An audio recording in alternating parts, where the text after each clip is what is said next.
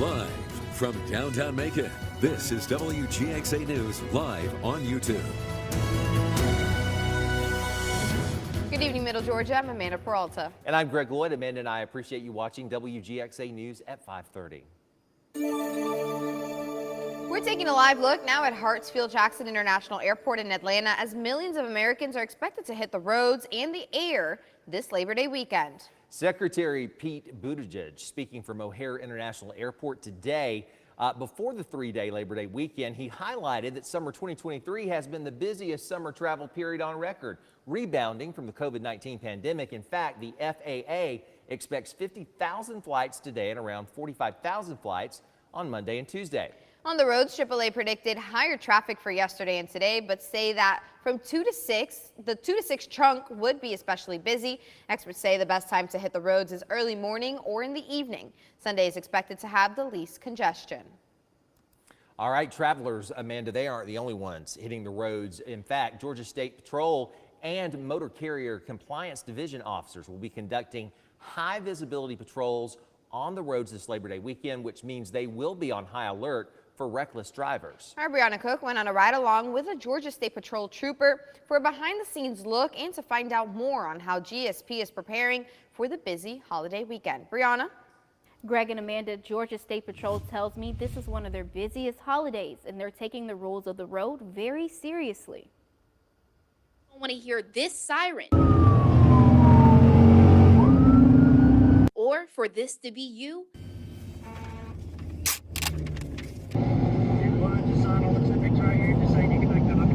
Then Georgia State Patrol is advising you to obey the law this holiday weekend. Corporal Jason Stone says there are several things they are looking out for. Mainly we'll be focusing on interstate and state routes. With an increased number of volume of traffic, you're always going to have more people on the road. So you're going to look for speeders. People are going to be speeding, trying to get faster to their destination. People get in a rush and they'll start falling too close, which is one of our #1 contributing factors for a wreck. During the Labor Day holiday travel period last year, Georgia State Patrol troopers investigated a total of 472 crashes, resulting in 9 fatalities and 243 injuries statewide. There were 15 fatal crashes in total. Troopers made 324 arrests for driving under the influence of alcohol or drugs. Stone says those numbers are so high because of a high increase in travel and celebrating the holiday weekend. Everybody traveling, official last day of summer, unofficially.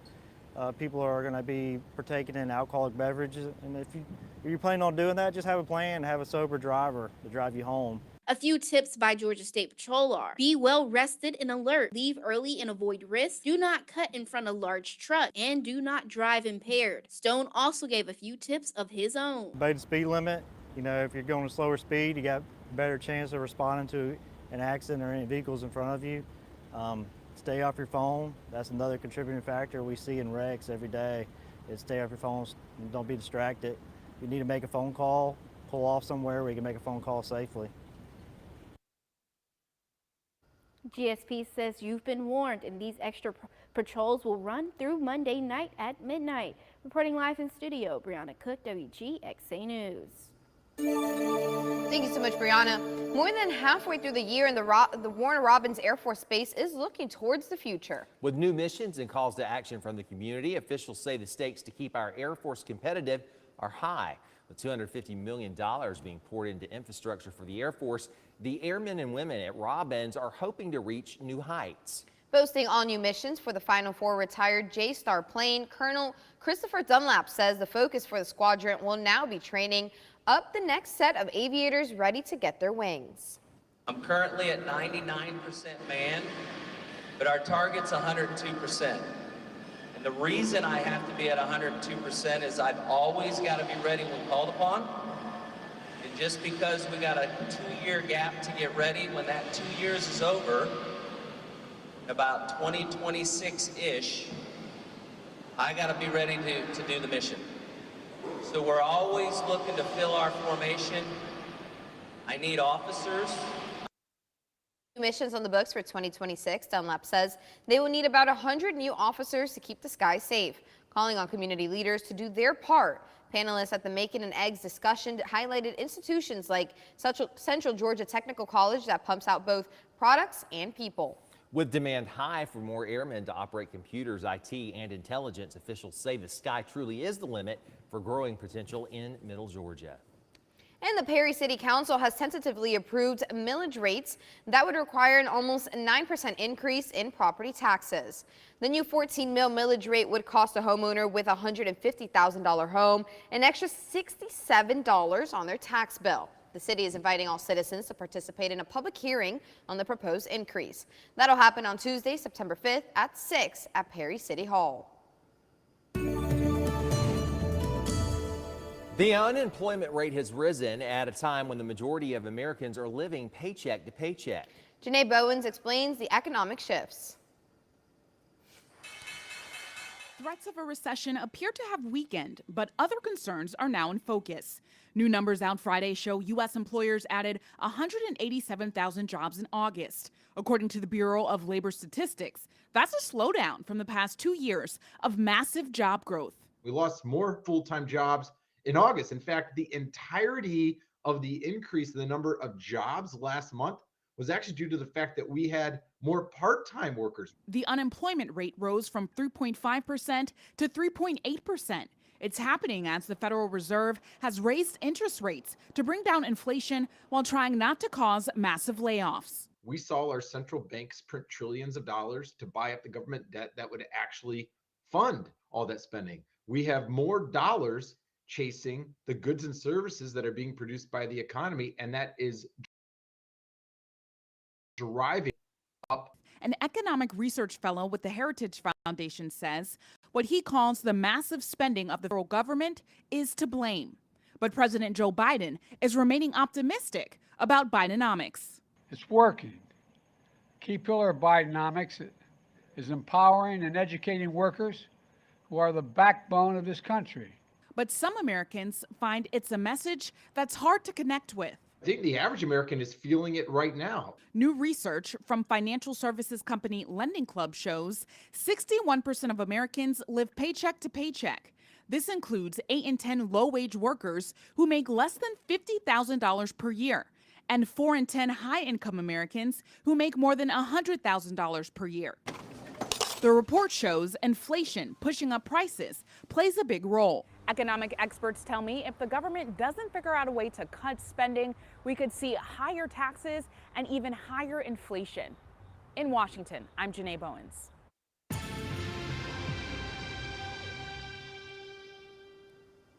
I was in trouble. Shot and left to die. That's the story of Macon Man is sharing tonight with WGXA's Project Macon. He takes us down the complex road of recovering both physically and mentally. He's telling his story now in hopes of inspiring an end to gun violence. 50-year-old Roland Brown likes to sport a hat that says, "I won." The prize he's bragging about is no small token. He says he won a second life. Death is final. There's no coming back from that. 2 years ago, Brown thought he'd reached the end of the road. He just sat down in his car, then felt a bullet pierce the side of his head. I fell out the car and I was on the ground and there wasn't no help around, and I had something like an ungodly fear come over me. The husband and father says he knew he was in trouble. He describes feeling like he wanted to give in to the pain, but instead, he started tapping on the ground to fight to stay alive. I heard sirens and it eased up and they got me to the hospital. Brown spent the next few weeks in that hospital. Before going into a coma, a part of his skull had to be removed. He says after that, he was on life support for 3 weeks. But just as it became time for his wife to make a decision, God answered the prayers and I woke up. Brown opened his eyes that day to a life he was unfamiliar with. I had to learn how to walk again, talk again, swallow, eat, everything all over again. Challenges that he says his doctors didn't think he'd be able to overcome, but he did. Taking a bullet on September 3rd of 2021, Brown says he walked out of the hospital the day before Thanksgiving that same year. He calls it a blessing. A lot to be thankful for that year. Yes, ma'am. Very, very thankful. Roland Brown didn't choose to become a gun violence statistic, but he is one. He now wants to dedicate his time making sure others don't join the unlucky club, hoping sharing his story can make a difference for those on either side of the gun. Just to be shooting and shooting and shooting and making it look cool to go to prison, making it look cool to die young, making it look cool to get 40, served 25. No, that ain't the way to go. Brown believes he knows about choosing the right path because after recovering from his shooting, he almost picked up a gun. Unsure whether his shooting was random or targeted, he says retribution was on his mind. I had did all my homework. I knew where everybody be at. I knew everything. Crimes committed in retaliation are no foreign act in Macon-Bibb. Deputies and the district attorney say a number of the cases that come across their desks are just that, someone getting payback. Though Roland Brown started to take that route, he changed course. But at the end of the day, I said, I can't lose my kids.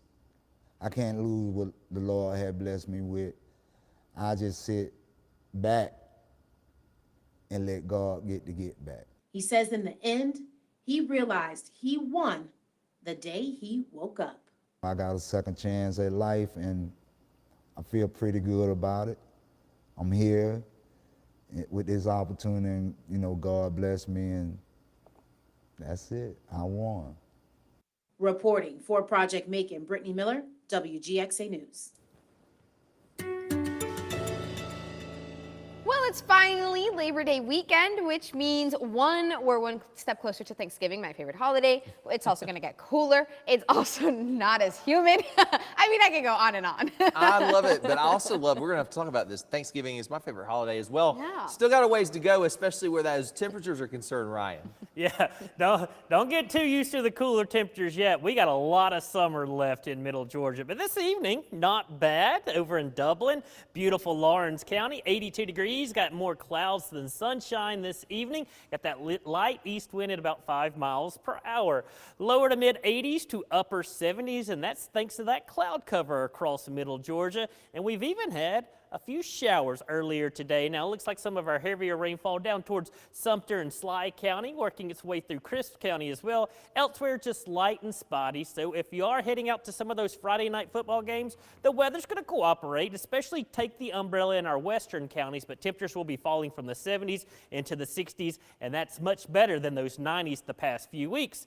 Labor Day weekend, as Amanda said, we do have lower humidity in the forecast. I'll show you that in that extended forecast in Maine weather. Thank you, Ryan. It is a great time to download that WGXA weather app to keep track of the weather over the long holiday weekend. Just scan the QR code on your screen to download the free app onto your smart device. Ryan is back in less than 20 minutes with your 10-day forecast. Well, it's that time, Central Georgia. Time to celebrate a Middle Georgia athlete that's getting it done outside the classroom, outside of sports, and making a difference in their community. And this week's Carlos Stevens introduces us to a football athlete from Peach County who's putting his special touch on the community. You know, you gotta really be the one to just set the standard. Jordan Millerhorn is used to creating success on the field for his Trojan offense, but he's a real powerhouse for those in need. Millerhorn helps his church in a variety of ways through volunteer work. Part of that work includes back-to-school drives. Jordan says he's proud to be an example. You gotta always be 110% every day, and it's hard, but honestly, it's just, you love it so much, it's just you don't even think about it sometimes. But what does that standard look like to Jordan? You gotta always be 110% every day, and it's hard, but honestly, it's just, you love it so much, it's just you don't even think about it sometimes. Millerhorn's offensive line coach Josh Scholar says Millerhorn barely says anything verbally, but his hard work will let you know he's there. Well, our big things about our program is discipline and leadership, and you know, he presents that really well on the field. And Coach Scholar says Millerhorn never settles for less of anything. He's going to come and ask, what can I get better at? What's going on? What are you seeing, Coach? So that's what I really appreciate about that young man. Millerhorn says there's something every athlete should understand about life and the game. Really just to work hard. Like That's one of the main things about this sport. If you don't work hard, you will not see anything from it. Millihorn says the real work begins in the classroom, and his mom never shies away from reminding him. My mom always said, I know you play football and you love it, but you gotta be a student first.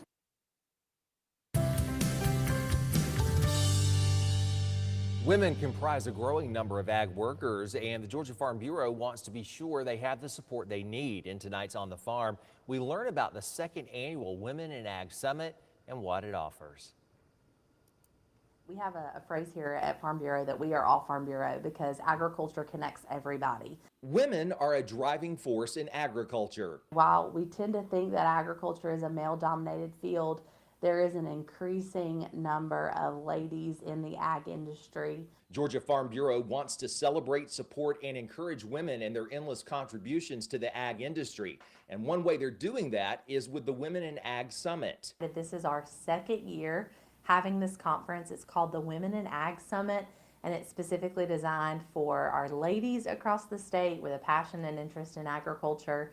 Even if you're just a consumer with an interest in agriculture, we want to invite you to come be a part of this conference that we're having. Georgia Farm Bureau says it's a great chance for those who attend to network, to strengthen their business relationships, and build personal friendships. But they also say they'll have the chance to attend innovative and exciting learning sessions. So we're going to have some training specifically on how to be agricultural advocates, how to speak with consumers, and how to address common ag misconceptions. We're going to have some public policy development updates, just what's going on in lawmaking and how that impacts agriculture. And there's a whole lot more planned. Ladies, if you'd like to register, be sure you do so before the deadline, which is October 1st. You'll also find this information located on WGXA.tv in our On the Farm section of our website. Highs today across middle Georgia, not too bad. Below average thanks to that cloud cover and some spots rain, but we were all into the 80s, ranging from 80 in Unadilla to 88 in Vandalia. Dublin 84, we made 83 in Jeffersonville, Macon officially 83 degrees. And overall, we will enjoy these temperatures for a while because those hot temperatures will return next week. Mercer University looking over Five-Star Stadium. I know the Mercer Bears are out of town this weekend, heading to Oxford to take on those Ole Miss Rebels. The weather in Macon looking pretty good this evening. How about 80 degrees with that light east-northeast wind on our Wilson Bryant Heating and Air Skycast Network. Lower humidity through Labor Day. Let's enjoy it. Next week's going to be very hot and dry. Dry heat versus the very muggy heat we've been dealing with the past few months. And the tropics do remain very active, but good news is no immediate threats to middle Georgia or the U.S. This low pressure, that's the remnants of Idalia. We got Hurricane Franklin. Tropical Storm Jose, Gert, it's back from the dead, so we're watching it. Down towards the African coast, we got Tropical Depression 12. Good news is that system's going to move off towards the North Atlantic as well. That's what we call a fish storm. And then this tropical wave coming off Africa, we'll have to wait. Some of the models do develop it into a storm farther towards the south and west, and that could impact the U.S. maybe in a couple of weeks. But again, not too concerning right now, just watching those tropics. Next name up, Katia, followed by Lee, Margot, and Nigel as we continue through an active season. Officially, the statistical peak is September 10th. Next 3 days, the weather looks great. Plenty of sunshine each and every day. Well, in the mid to upper 80s tomorrow, low 90s by Sunday and Monday. But again, the humidity will be lower, and it's thanks to this front that's pushing off towards the south and west. This high pressure builds in, and that brings that drier air, those more comfortable conditions, and that's why we think we'll see lots of sunshine and that lower humidity.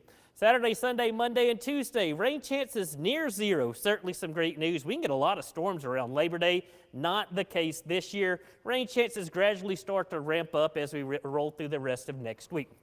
80s widespread tomorrow. Again, mid to upper 80s, and we'll see 80s everywhere because we will be dealing with more sunshine throughout the day.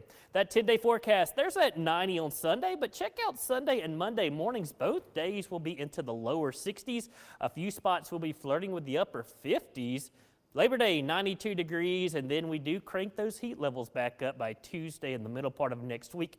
Mid to upper 90s are in the forecast. And finally, your Harrison's Body Shop fishing game forecast. Multiple peaks in the excellent range tomorrow and multiple peaks in the good range as well. Happening tonight, it's the first Friday of the month, and that means Middle Georgia downtowns are celebrating with some special events. Here in Macon, there's a ton of exciting stuff going on for First Friday. The Green Man and Art Show will be taking over at the Quill from 6 to 10 with art performances live. Hotel 45 is playing host to a stage reading for the Atlanta Black Theater Festival titled Tales of a Blurred Ballerina. Now, Newtown Macon and the emergency management team are teaming up for what they're calling Stormy Sips, a whirlwind tour of weather-themed drinks at several local bars and restaurants. Plus, there's tons of live music and more. And in Milledgeville, they're prepping for a double feature tonight at the Pavilion on East Hancock Street. You can catch Shrek from 6 to 8, and afterwards, watch the critically acclaimed Top Gun Maverick from 8 to 10. There are also lots of vendors ready to sell some delicious dinners. Community members are encouraged to get comfy and bring their picnic baskets, blankets, chairs, and friends for the event. Good afternoon, everyone. I'm Gary Thigpen, and I'm here again today at the Humane Society of Houston County. I got my buddy with me. He is so sweet. We're going to be talking to you about Laramie, and Dee is with me again today. Tell us about Laramie. Laramie was picked up as a stray. No, actually, he was a cruelty case. They decided not to feed him for over a week. That's sad. So when he was picked up by animal control, they contacted me. Laramie actually smiles. He's not doing it now, but he gives you a big old grin every once in a while. He's about a year old, very smart, he's housebroken, and he's great with everybody. You see that. He was already, look at him. He's such a, look at that. He's such a sweet baby. Laramie, let's find him a good home. About how old is Laramie? He's about 1. About 1 year old. All right, and if someone would like to adopt Laramie, Dee, how do they do that? You go on our website, the Humane Society of Houston County, and put your application in, and do allow 7 to 10 days, business days, that is, for us to get back with you. He's such a sweet boy. We got to find Laramie. Look at that. We got to find Laramie a good home. Let's go ahead and do that today, folks. Thank you so much, Dee. Thank you. Well, college football is back, and that means time for tailgating. Saturday is National Tailgating Day, a fun custom that usually takes place outside the stadium before a football game. The origin of tailgating is not known, but it's called a tailgate because fans traditionally gather to serve food and drinks from the tailgate of a parked pickup truck. However, it's mainly a time to gather with other fans, share some food and beer, socialize, and get pumped for the game. So pack your grill and cooler, put on your team colors, and get outside to watch your favorite team play this weekend. Happy tailgating. Stinnett, what colors will you be wearing this weekend? Crimson and white. Yeah, and I believe those are Auburn colors, aren't they? That's for Auburn, right? He's not even speaking to me. Did you see him? He turned his head the other way. That would be for Roll Tide. That would be for We Alabama. were joking. Yes, we were joking. Roll Tide. See, this is how I never got into football, because we will get mad at you about it. Yeah, I just, And plus being in Georgia.